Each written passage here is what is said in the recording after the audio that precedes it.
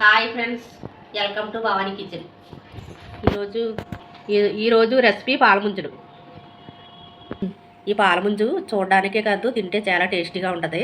ఇలాగా పాలముంజు గుండ్రంగా మెత్తగా పగలకుండా రావాలంటే నేను చెప్పిన కొలతలతో చేస్తే బాగుంటుంది. ఎలా చేయాలో చూద్దాం రండి.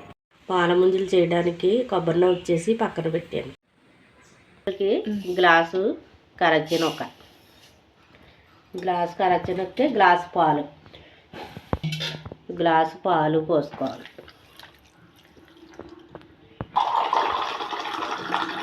గ్లాస్ పాలకి 2 గ్లాసులు నీళ్ళు పోసుకోవాలి.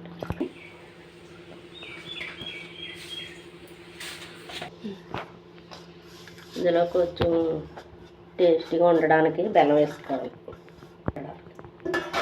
బెల్లం కొంచెం పంచదార వేసుకుని స్టవ్ వెలిగించుకోవాలి. వెలిగించుకొని ఇలా బాగా కలుపుతూ ఉండాలి. బాగా దగ్గరికి అయ్యే వరకు ఇలా కలుపుతూ ఉండాలి.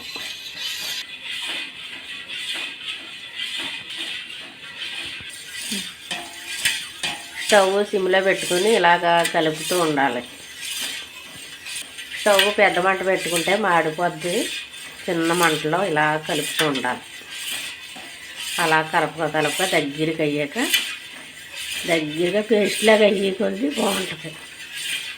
పాలముంజు పగలకుండా ఉంటుంది.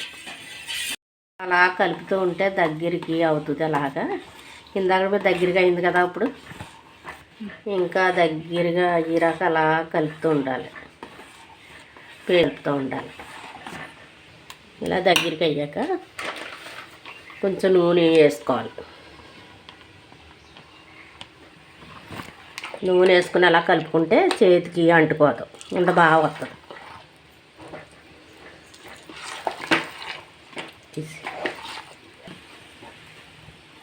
బాగా సిమ్లో పెట్టుకుని పక్కకి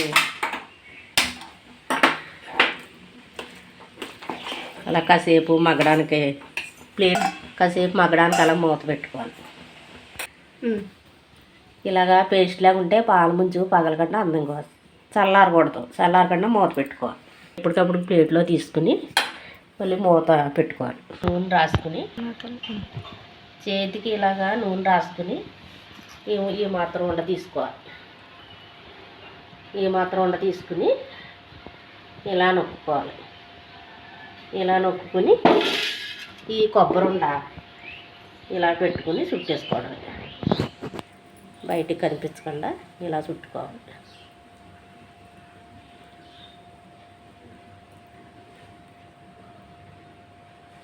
ఇలా చుట్టుకుని ఇలా అంటే బాగుంటుంది.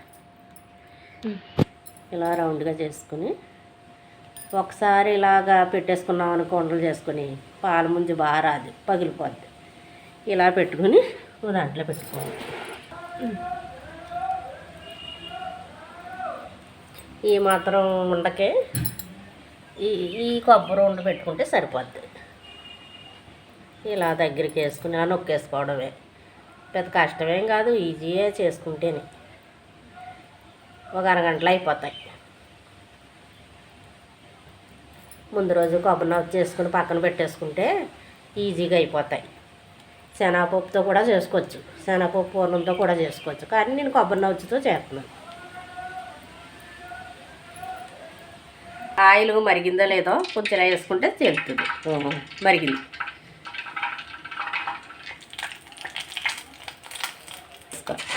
పరమేశ్వర అన్నపూర్ణేశ్వరి.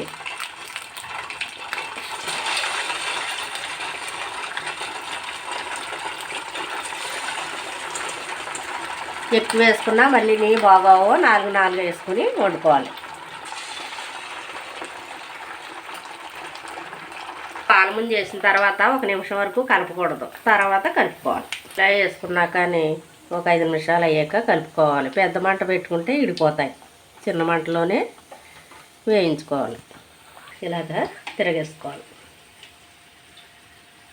ఇలా తిరగేసుకోవాలి. కొంచెం వేగాక ఇంకొక 4 పాలముంజులు చేసుకొని పక్కన పెట్టుకున్నాను.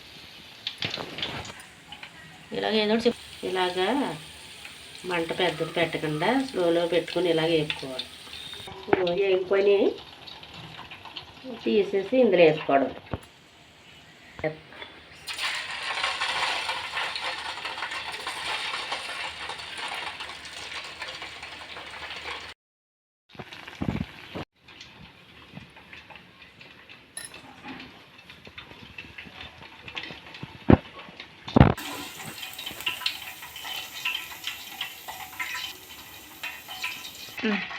పాలముంజు ఇలా వేడిగా ఉన్నప్పుడు తింటే క్రిస్పీగా ఉంటుంది, కరకరలాడుతాను.